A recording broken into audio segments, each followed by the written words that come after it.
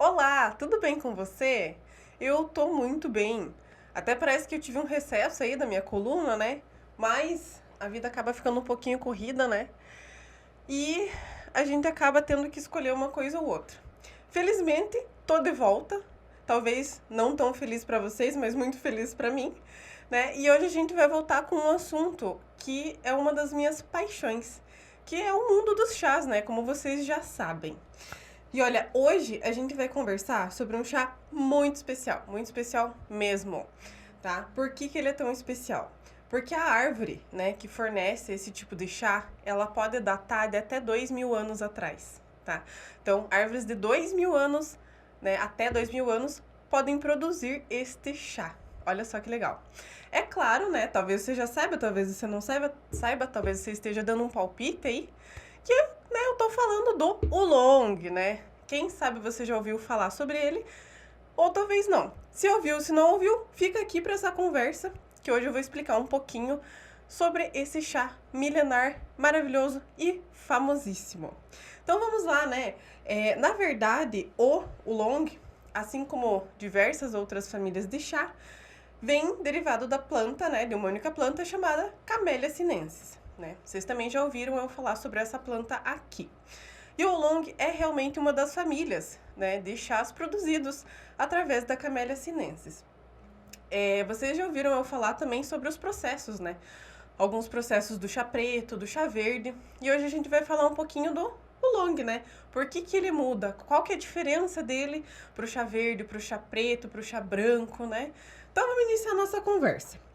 Gente, a probabilidade, né, é que o oolong tenha surgido por volta do século XVIII, tá? E, já no que ele surgiu, ele tornou-se um dos preferidos dos chineses. Olha só que legal. Claro, né? Assim, já falei pra vocês, né? Assim como as outras categorias, as outras famílias de chá, ele vem da planta chamada Camellia sinensis. Assim, a Camellia sinensis, ela tem dois tipos, tá? A Camellia sinensis sinensis e a Camellia sinensis assâmica. Ambas são utilizadas para fazer chá, né? Mas claro que cada uma dessas duas espécies vai trazer formulação diferente. Também tem outras variáveis que vão influenciar, que eu vou falar nesse vídeo aqui, né? Mas vamos um pouquinho para a história antes da gente chegar no mundo atual, né? O nome oolong, ele é provável que se dê conta por causa das suas folhas. Porque quando elas são enroladas, elas parecem dragõezinhos, né? Então, uma tradução literal aí de oolong é que dragões pretos, né? Dragõezinhos pretos. Outra provável fonte do nome, né? Claro que daí são histórias e, enfim, são lendas que são contadas, é que o Long seria o sobrenome do fazendeiro, né? Que acabou fazendo a besteira de deixar o chá tempo demais lá.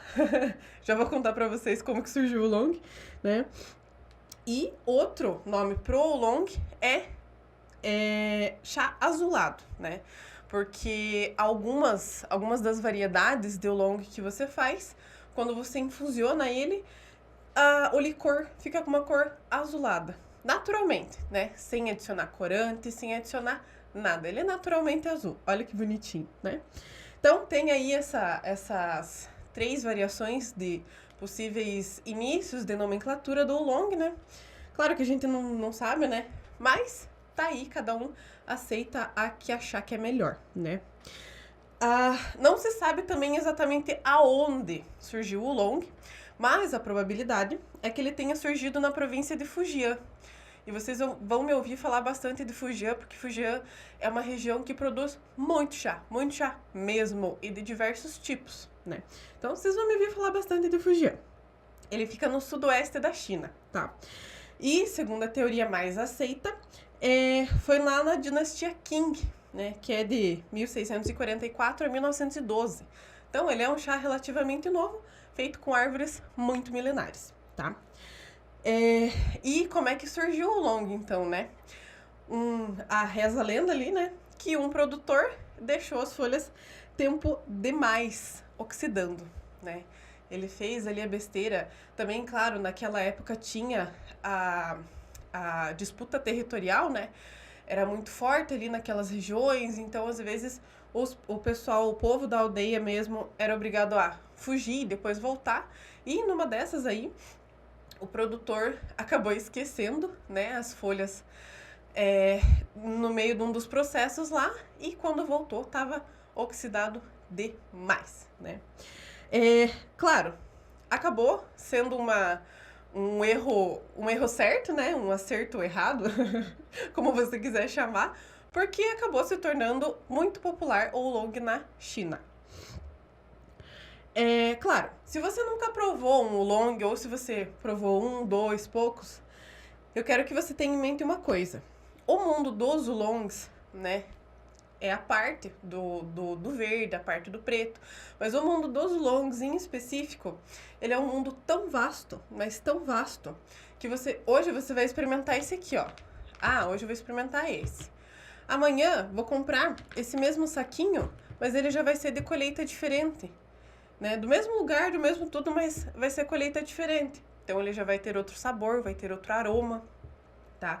Então muda, assim, até a época da colheita, né? Até a época que são colhidas as folhas, altera o sabor e o resultado final do chá. Então, por isso que ele é tão vasto. E por isso que é tão legal conhecer. Além disso, também altera o local de criação, né? O local da fazenda. Muda, por exemplo, o grau de oxidação, porque isso aí vai depender do Tea Master, né? Que vai estar lá naquela fazenda. Vai depender também da acidez do solo, né? Vai depender se é uma região montanhosa, se está em alta planície, né? Vai depender de toda a parte de terroir mesmo. Igual, né? Eu gosto de fazer essa comparação com o vinho, porque é um mundo um pouquinho mais conhecido, né? Então, na questão de plantação, a gente sabe que as uvas alteram de acordo com o local e tudo mais, e tem lugares na Itália que a uva é melhor, né? No caso do chá, também. Só que em vez de ter lugar melhor ou lugar pior, existem lugares diferentes, com resultados diferentes. Não quer dizer que um seja melhor ou que um seja pior. Só quer dizer que eles vão trazer resultados diferentes e que vão agradar paladares diferentes, né? Claro, a gente tem também o acréscimo de aromatizantes. A gente tem o acréscimo de outras plantas, né? Quando a gente vai fazer um blend, né? Garanto que você já ouviu falar nessa palavra blend, né? O que deixa esse mundo de chá bastante mais complexo, né? Bem mais complexo justamente porque você entra numa categoria diferente e abre uma janela de possibilidades maior ainda. Uma das opções que o pessoal geralmente utiliza, né, para os oolongs é justamente a flor de jasmim, né? Flor de jasmim combina muito bem com oolongs. Até queria fazer um parênteses aqui, que mesmo sem aditivos, mesmo sem fazer blend, só a folha pura, né, da Camellia sinensis transformada em oolong, ela tem um gosto bem específico, né? Tem, por exemplo, o Milk Oolong, que ele é um oolong com gosto de leite condensado. Gente, ele vem naturalmente, você só bota as folhinhas ali, não tem adição de nada, nada, nada, é só todo aquele processo que você já conhece das folhas da Camellia sinensis, ele traz o sabor de leite condensado. Gente, tá me dando água na boca só de pensar. Esse é um dos que eu quero comprar ainda, né? Claro, eu quero ter essa experiência, né? Dependendo, trago aqui pra vocês também, se vocês tiverem interesse. E eu acho que são experiências muito legais, que só agregam no conhecimento da gente, né? E assim, ó, gente, uma das vantagens, quando a gente tá falando de províncias, sei lá, vamos só citar Fujian, que é o assunto pra gente não sair muito da nossa base, né? Por exemplo, Fujian é uma província relativamente grande, mas com plantações grandes, mas a maioria delas é feita manualmente, né?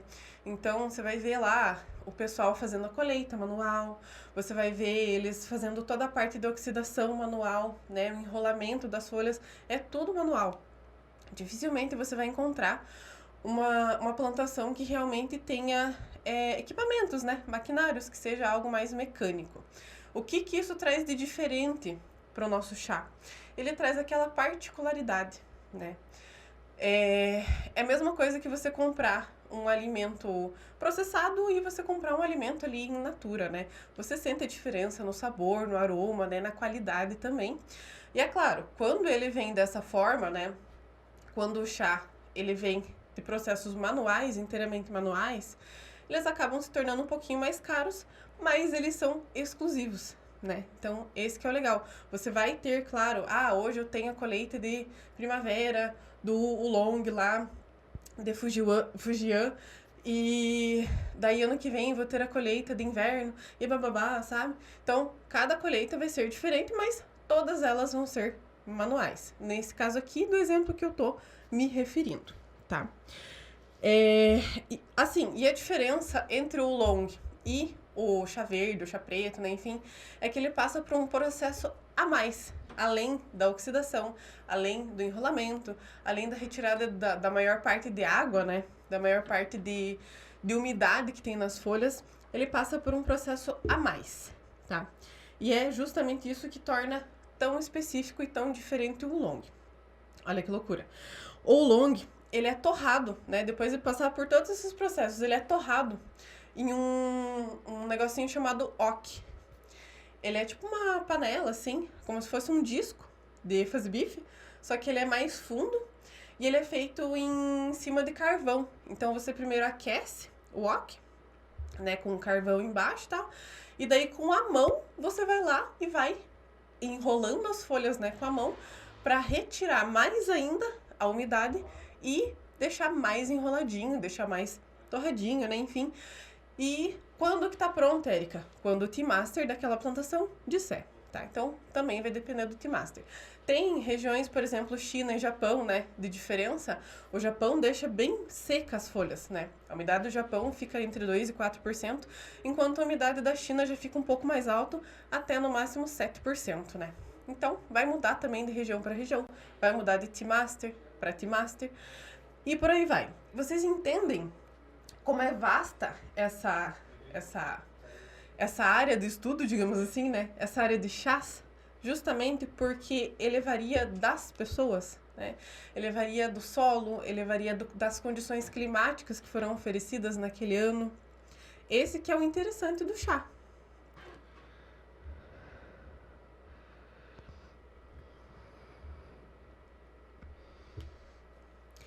E assim, ó, o Oolong mais famoso, mais conhecido realmente até hoje é o Shi Huan Yin, tá? Ele é também, numa tradução, né, literal, ele é chamado de deusa de ferro. E empresas internacionais, inclusive a Twinings, né? Imagino que vocês já tenham ouvido falar. É uma empresa de chá em saquinho, né? Caixinha de chá. Tem para vender nos mercados. Eles comercializam, né? O Oolong, eles comercializam o Shi Huan Yin, justamente porque ele é muito famoso e é um chá muito delicioso de tomar.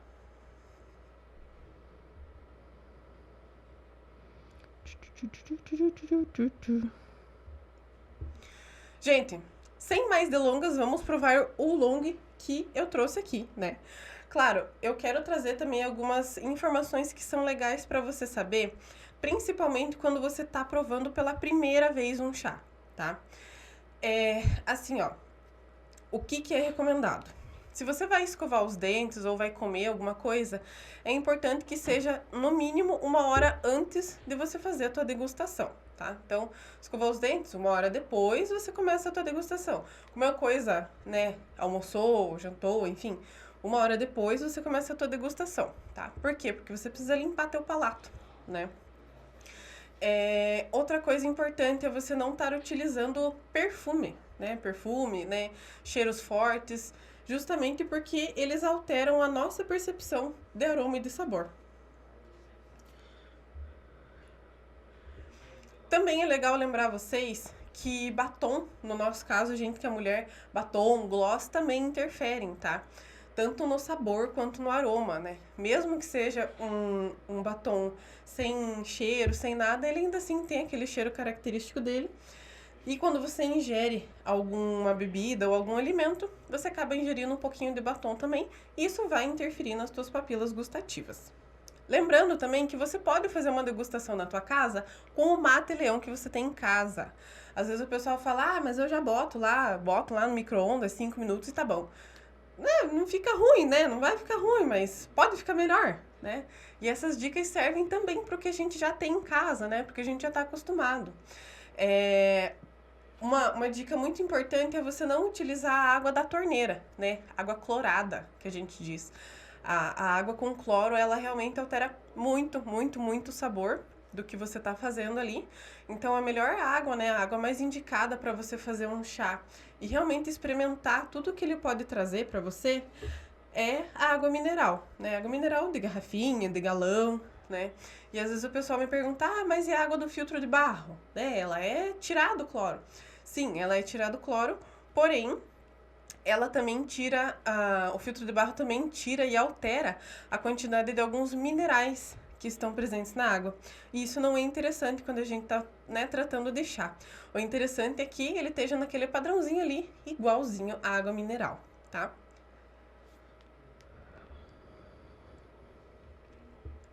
Então, gente, a primeira coisa que eu faço quando eu recebo um chá, né, como degustadora de chás, é eu pego o meu pacotinho, né, óbvio que vocês já viram que esse aqui tá aberto, eu abro ele, né, tiro o lacre, abro e cheiro o pacote do meu chá. Ai, Érica, você é muito estranho por fazer isso. Não, você vai ver que, na verdade, a maioria dos degustadores, ou se não todos, né, os degustadores de chá vão fazer isso, justamente porque eles querem sentir o que o aroma do chá vai trazer antes de experimentar. Porque às vezes o aroma traz uma coisa e quando você experimenta, aquilo não tem nada a ver, né? Aqui, o Long da Amaya Chás, por exemplo, ele me traz um cheiro bem terroso, né? Bem de folha torrada mesmo, né? É aquela coisa bem defumada, tá? É um cheiro bem interessante, eu gosto, né? Ele é bem parecido assim, a gente como ocidental, ele é mais parecido com o café, né, que a gente já está acostumado, ou até mesmo com o mate-leão, que a gente já está acostumado. Então, é um ótimo chá para vocês começarem a experimentar no mundo dos chás, né? Eu gosto bastante desse aqui. Depois que você cheira as folhas, que pode parecer estranho, mas não é, você vai pegar a proporção que você vai consumir, né? E qual que é a proporção? Gente, quando você está fazendo o chá quente, né, uma infusão quente, com água quente e tudo mais, você vai utilizar 2 gramas de chá, que dá mais ou menos uma colher de sopa. No caso que eu aqui, hoje tá um calor dos infernos aqui em Canainhas, então eu não vou tomar chá quente porque eu vou passar mal. Ou seja, fiz uma infusão gelada, né? Essa é uma das minhas formações. Eu sou especialista em chá gelados, então fiz essa infusão bem legalzinha, né? Ela é um pouquinho mais complicadinha, requer um pouquinho mais de paciência e de tempo, e um pouquinho mais de folhas também, né? Até porque ela vai demorar mais para soltar os sabores. Mas fiz a minha infusãozinha gelada aqui, porque hoje tá calor. Se você quiser, você pode fazer infusão quente e depois colocar gelo, né? Enfim, do jeito que você achar melhor, tá? A água, né? Já falamos da água mineral. E se você for fazer com água quente, né? Você vai esquentar lá na tua chaleira elétrica ou no teu fogão, enfim, no micro-ondas, onde você quiser. Só que é importante você se atentar à temperatura da água, tá? O pessoal fala, porque a água fervendo é melhor. Não, bem pelo contrário. A água fervendo, né? Ela entra em ebulição a partir dos 90 e poucos graus ali, não tô bem recordada. E até os 100 graus, né? 100 graus é o ponto de ebulição ali dela. Ela meio que dá um susto assim na folha, e a folha dá tudo que ela pode oferecer, né? Ela oferece tudo já no começo e depois ela meio que morre. Ela já não consegue mais te oferecer muita coisa. E no caso da Camellia sinensis, e guarde muito bem essa informação, todas as infusões, né? Todas as porções que você for utilizar, elas vão dar mais de uma infusão. No mínimo, elas vão dar 2, 3, 4. Né? Tem uma menina que fez um curso comigo que ela conseguiu extrair de uma porçãozinha de 2 gramas. Ela extraiu 28 infusões, gente. Né? De um chá específico lá e tal. Mas ela é, assim, a rainha das infusões, sabe? Ela tira leite de pedra, assim. Ela faz muitas infusões com a mesma quantidade de folhas. Então, é isso que vocês precisam ficar atentos sobre a Camellia sinensis. Ela vai sempre dar mais de uma infusão. No mínimo 2, tá? No mínimo, do mínimo, do mínimo. O mínimo de infusão que eu consegui tirar foi 4, tá? Nunca consegui menos, porque ele sempre tá soltando mais sabor, mais aroma, e cada infusão muda, né? Muda o sabor, muda tudo. Geralmente, a segunda infusão, pra mim, né, no meu palato, ela fica mais adocicada, depois ela volta, né, ficar, enfim. Vai do paladar de cada um, tá? Mas é importante você saber que se você fez uma xícara, um copo, não jogue fora as folhas, faça mais. E vai fazendo até o teu chá morrer, até você dizer assim, ó, peraí, não consigo mais sentir mais nada. Então daí joga fora, tá? Então, falamos também agora da temperatura, né? E qual que é a temperatura ideal? A temperatura ideal, realmente, para você fazer o oolong, tá? Que fique bem claro, porque é uma temperatura mais alta, é de 75 a 80 graus, tá? Chá preto, chá verde e tal, esses assim, eles já vão um pouquinho mais baixas temperaturas, tá? Chá branco, por exemplo, você vai fazer a 60 graus no máximo dos máximos, sabe? Porque ele é muito delicado, é muito floral, então, sabe? Eles são temperaturas bem mais baixas do que a fervura da água. Isso é muito importante. E quanto tempo que eu vou deixar lá, Érica?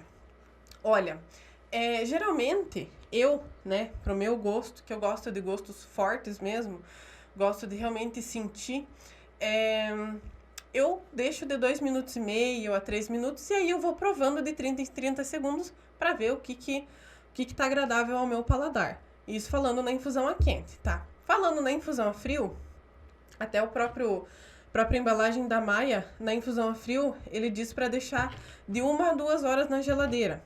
Eu deixei 3, tá? Deixei 3 horas na geladeira e achei que ficou bem suave, bem assim, do jeito que eu gosto, sabe? Bem tranquilinho. Aí depois fiz mais um teste, deixei as mesmas folhas, né? Deixei 7 horas na geladeira. Ela ficou com gosto um pouquinho mais amargo, né? Por ficar bastante tempo. Mas também ficou bem legal. Então, vai muito do teu gosto, né? Do que você quer experimentar ali do chá. Bom, vamos à nossa degustação em si, né? Do nosso chá. Lembrando que como o chá tá gelado, é muito mais fácil eu sentir aquele gosto de defumado. Quando o chá tá quente, né, tipo de quente para morno, assim, quando ele tá começando a ficar morninho, você vai sentir outras notas, tá? E o sabor também muda se for uma infusão a quente e muda se for uma infusão a frio. Olha que legal. É muito louco esse mundo do chá, gente, porque realmente, assim, muda muito, muito, muito, muito. Muda a temperatura que você utilizar, muda o sabor. O tempo que você deixar muda o sabor, sabe? Ele não fica só mais forte ou mais fraco. Ele vai soltar outros aromas, né? Ele vai soltar outros gostos, né? Então, o que eu tô sentindo, assim, nesse chá? Se eu for olhar pelo licor, eu tô vendo que ele é um marrom, tipo madeira, assim, um caramelo, sabe? Talvez aí, pra vocês estejam vendo meio fosco, porque o copo suou. Mas ele é uma cor bem límpida, sabe? Bem brilhosa. É um chá muito lindo mesmo.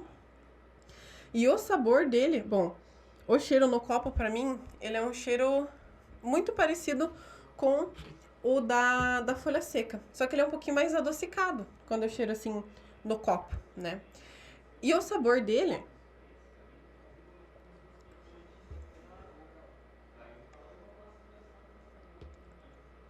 O sabor dele, você sente bem a astringência, sabe? Ele é um sabor assim que amarra a boca. Não é um sabor floral, ele não deixa veludado, ele seca, sabe? Eu acho que essa é uma forma mais tranquila, assim, de eu conseguir explicar sem muito termo técnico. Ele é um chá, assim, que... Olha, facilmente eu tomaria, sei lá, uma garrafa o dia inteiro, né? Geladinho, assim, desse jeito, com o calor que tá. Tomaria uma garrafa brincando, assim, facinho, facinho, facinho. Ele mata a sede, né? Bem tranquilo. E, assim, o que eu indicaria para tomar junto com esse chá? Eu indicaria bolachinha, sabe? Bolachinha, tipo, tortinha de limão, aquelas goiabinha. Essas que a gente fica beliscando durante a tarde. Ou se você é uma pessoa mais fit, eu já indicaria comer com uma castanha, sabe? Quando você faz aquele break, né? O intervalo. entre refeições, né? Comeria com uma castanha, uva passa, algo desse gênero assim, né? Eu até, ó, uma ideia aí, de repente eu vou servir no meu Natal essa receitinha aqui. Vamos ver como é que vai ser o Natal esse ano. Tá bom? Então, gente, é... outra coisa que eu acho importante também falar, que às vezes o pessoal fala, mas o chá preto tem mais cafeína do que o chá verde, ou vice-versa. Eu imagino que você, né, já tenha ouvido falar isso. E a realidade é que isso é um mito, tá? A quantidade de cafeína trazida no chá vai depender do solo, vai depender só do terroir, né? Então você vai ter uma plantação ali de Camellia sinensis que vai produzir chá preto e vai produzir chá verde, a quantidade de cafeína vai ser a mesma daquela plantação, né? Não vai mudar. E mesmo assim, né, mesmo ela tendo a quantidade de cafeína, ela ainda tem 1/5 da cafeína que um cafezinho tem, né, um café passado normal. E comparado com aqueles shotzinhos de café expresso, cara, eu acho que eu não sei nem quantificar. O expresso, ele vai ter realmente muita, muita, muita cafeína concentrada. Enquanto o chá, seja ele chá preto, chá verde, o long, branco, seja do jeito que for o puê, qualquer um deles não vai ter essa quantidade concentrada de cafeína, tá? Gente, por hoje é isso. Eu espero que vocês tenham gostado, né? Semana que vem a gente tá de volta e eu espero vocês, tá bom? Até lá, um beijo e até mais!